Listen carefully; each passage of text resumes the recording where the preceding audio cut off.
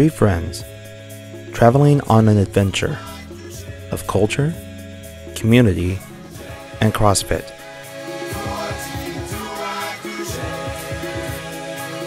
The Relish Project.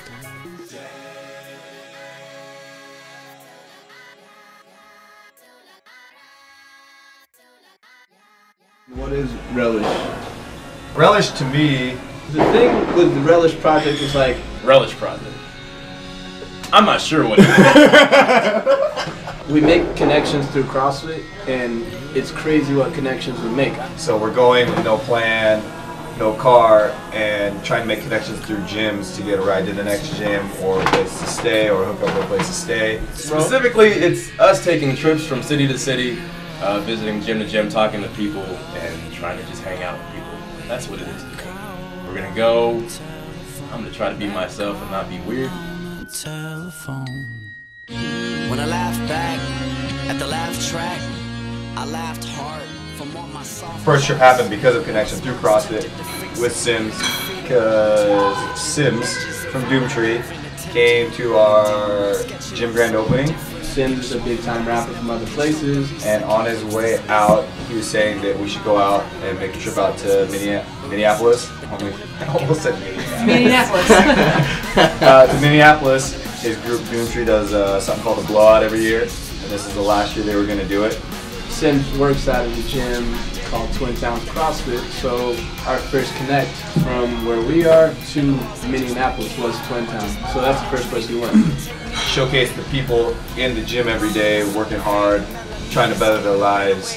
But yeah, city to city, gym to gym, and do workouts. Strict press, every single workout.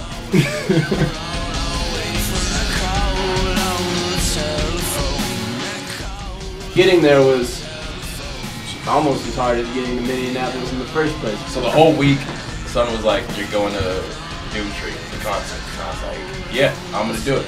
Back in my head, I was like, "I'm not doing this shit. I can't do it. I don't have the cash flow for this." So son was down to go to the blowout in the very beginning. Zacq Hale, I've been broke for like 14 months. Legit broke. So I would just keep on telling him yes, yes, yes, and then last minute, he was like, "Bitch, you're going."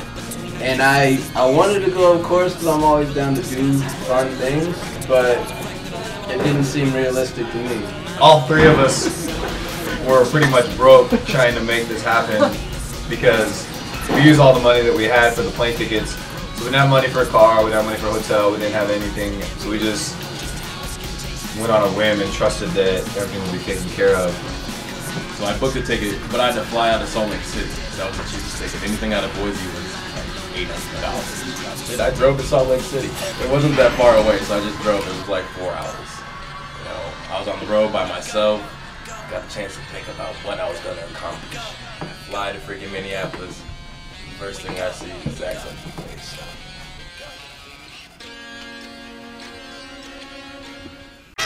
Yeah, okay. All the heat pipes cost beach freeze like water. Sheet led right to the bleach white. We walked to Twin Towns. Had to start running in order to meet Sims, so we're like running with the GoPro in the rain, not knowing where we're going. We ran for like too long. The only gym that we had planned to go to before we left was Twin Town CrossFit, because that is the gym Sims goes to. And when he came here, he brought Peter Becky, who's one of the head coaches there, and he DJ'd for Sims while he was here. And so that was the only gym we had planned to go to, so we showed up there and did a class that Peter coached. We ended up getting to the gym and they were like just starting their little intro. We walk in, we're sweating. My clothes that I was gonna work out in, actually just my normal clothes, sweat everywhere. We showed up right as class was starting. Sims had to bounce, so we saw him for like 3 minutes, and then he was out. But we had to connect. We had the first gym, and then from that point forward, we were like in the hands of the CrossFit community, which was like scary and exciting at the same time. So it was pretty dope to start with. Everyone seemed into what we were trying to do, and we were into the class and trying to just support them and what they were trying to do in that class as well. Started a little workout. I forgot what the workout was, but I went beast mode and like strict press 165 pounds 3 times. down, let's get down, let's get down, let's get down, down to biz, down to work, come back down to earth, it's down to this, put down the arms, hands down in the dark. Everything around us was cool looking, and everything was different from one area to the next. So walking from place to place, we saw a lot of the city we didn't think we would get to see. Seeing the city was crazy because that's not what we went there for. So going from one gym to the next, we're like, all right, we got to go to this place. It's 2 miles away or whatever. Damn, it was, how cold was it? 35, 30-something degrees, 40. We're in sweatpants and a sweatshirt, have to walk a couple miles in the rain, and it was, I mean, the whole trip, I couldn't complain the whole time. It's like, yeah, it's cold, yeah, we got to walk for a long time, but, I mean, look at the shit around you, look at what we're doing. It was a pretty good feeling to have one small goal, and it was just to make it to the next place. And every time we made it to the next place, like, everything got better in a matter of minutes. And it was, to go through that, and I mean, you can get as deep as you want on it, but I haven't done a class in a gym in several years, and being able to do that many classes in a short amount of time and getting to know the people and the camaraderie and the feel of each gym as you walk in was a great feeling. I'm not gonna ask you any hard questions. Let's start off nice and easy. What makes CrossFit friends different than normal friends, if anything? Okay, well, the first day I walked in here, I knew absolutely nobody. I'd never done CrossFit in my life, and like 10 people came up to me right away, like introduced themselves, invited me to like join their rack, to help me with my lifts. They've like constantly encouraged me to do more, and like even when I don't want to do more, they're like, I know you can, like put another 10 pounds on there. Just a good community, like everyone's really encouraging and pushes you to do more than I would do if I was just on my own going to a Globo gym or something. What is your favorite thing that's specific to CrossFit? I like the fact that everything is body weight and natural movements. It's not like you're on a machine that's really constricted, so that it makes you less flexible if you do a regular workout. This is like increases flexibility, so I like that, and I feel like I can do sports better too. Do you have a favorite movement that you like doing in the gym? Okay. Music preference? Really? That it's the best. You can never go wrong with gangster rap. For heavy lifting, it's the best. Is that what you listen? Do you listen to the same music outside? Just in here? Yes. Is it like a persona that you come in? Yeah? Good. Who do you like? You don't gotta list one favorite, but who do you like watching? It was fun to watch Matt Fraser. He's impressive, like, huh? Scrappy. I mean, he's new. He's like not established anything, and he's just always smiling. I like that. Dude's pretty good. Oh yeah. Any are you impressed by the women? The women kick ass, huh? The women are like way stronger than I am. Like they were like all of them would put me to shame. Like you watch it and you're like, damn, I can't even lift that much. Like They're impressive, man. Oh, they're sure. impressive. Are you a CrossFit fanatic, or what's your experience with CrossFit? I started almost exactly 5 years ago. In fact, actually, yesterday was my CrossFit anniversary, my 5-year CrossFit anniversary. CrossFit anniversary. No one celebrated it? I totally forgot. 5-year CrossFit anniversary. Yeah. Congratulations. Yeah, so that's a long haul. The first thing I found that I just wanted to keep doing. I never gotten tired of it. I like the, it's got built-in variety. There's always some new goal to be working towards. You can see progress all the time. It just keeps you interested and motivated. And the people always are a big part of that. What was the first workout you did? I'm not sure, but I think it was actually 100 burpees. Oh my God. Yeah.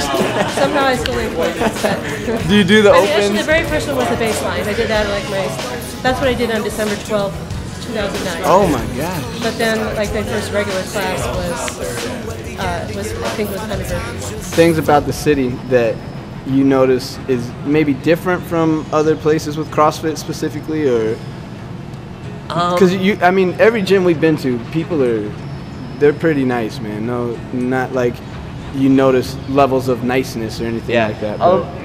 This box in particular has every box is warm, is friendly, is welcoming. Yep. This box in particular has a vast demographic of people. We do things, fundraisers for Gay Wad. I saw the T-shirts over there. Yeah. What is that? So it's a foundation of children with HIV and AIDS. That will do our best to, number one, get out the word that gay WOD doesn't necessarily need to be derogatory, but then hopefully raise some money that we can donate to charities. But then second, I'll just get together and celebrate. We're, again, like I said, a very diverse group here. It's amazing how much fun, how much enjoyment this particular box has with hanging out and being with each other. Is there anything you want to say to anybody? Go ahead and hit it, guys. I just want to give a shout out to my sister Lauren. She started CrossFit maybe 3 months ago, and she's never really been an athletic person, and this is just her first foray into it. And I just want to tell her, keep pushing, keep striving. It's days are challenging, but you've got this great community around you, and they'll lift you up. So just keep after it. Legit, man. Yeah. That's dope. Thanks, bro. Hey, thanks for stopping by. Yeah. You want a hat? This shit made my day. There's a girl sitting next to Zacq's table and just staring at this dude. This dude, Bob, he swears that I don't know how to talk to girls. I'm not afraid of girls. I've never been afraid of girls a day in my life. I didn't even think this dude anyone thought he was attractive anymore. Zacq's been in a relationship for too long. Anyways, this girl looks Zacq dead in the eye and she's like, "What's your name?" Bob never gets approached by girls. That's the problem. So when it happens, he's freaking out the whole day. He's like, "I'm Zacq," and she tells him her name, and she's like, "What's your number?" And he's like, "I don't have a number," even though he could have just been like, giving my number to her, and I'd have talked to her. I'd have taken advantage of that. We had amazing things happen to us. I mean, we saw the city, a wonderful tour. Wonderful tour, seeing things in the city that a lot of people don't get to see. The girl was like into him, being like he was beautiful, like staring at him, trying to like dread his. But the thing Bob remembers most is a girl hitting on me in Taco Bell. Because Bob doesn't believe that girls hit on guys, so that dude's got issues, man. There's something wrong with that guy. I was happy. I don't know why I was so happy for him, but I was happy.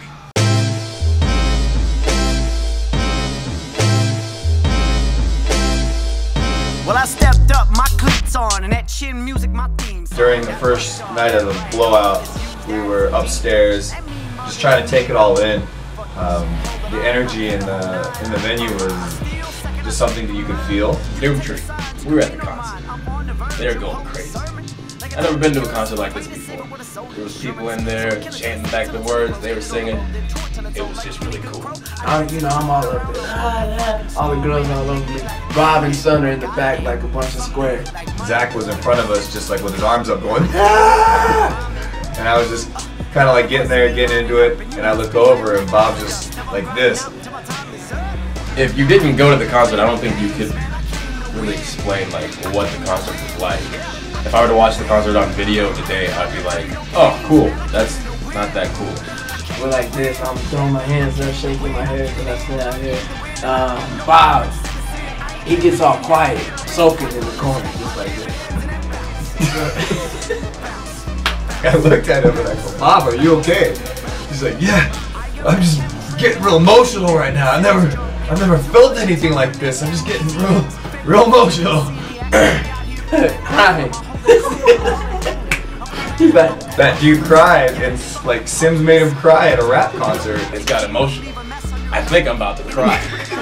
Just because that shit touched my heart. I just get emotional right now. Never would have imagined and never would have thought. I almost cried because this shit was cool. Anyway, so I go to a Mall of America. I don't go to many malls, but I think it's dope to go to the biggest mall in America. I don't even know if it is that. That place is big as shit though. Alright, what is it? 20-minute AMRAP. 20-minute AMRAP. 6 feet? 6 feet in. As many stores as we can. Together. 20 minutes. Ding-a-ling. I guess everywhere we go, we're going to do from city to city and do a workout that is special to the place that we are at. So we went into Mall of America and did an AMRAP 20 minutes of us running around the mall. I don't remember seeing much of it, but I remember having the time of our lives, man, running through that place trying to get 6 feet in each store. As many stores as we could in 20 minutes. I thought we were going to get chased out by security, but no one really even noticed. We had kids following us around, which is cool. We did a total of 103 or 6. But it was, that was a good time. That was a really good time. The stuff in there was huge. They had big Lego things. It was just a really big store. We ran in. It was funner than I thought it was going to be. I sweat a lot more than I thought I was going to sweat.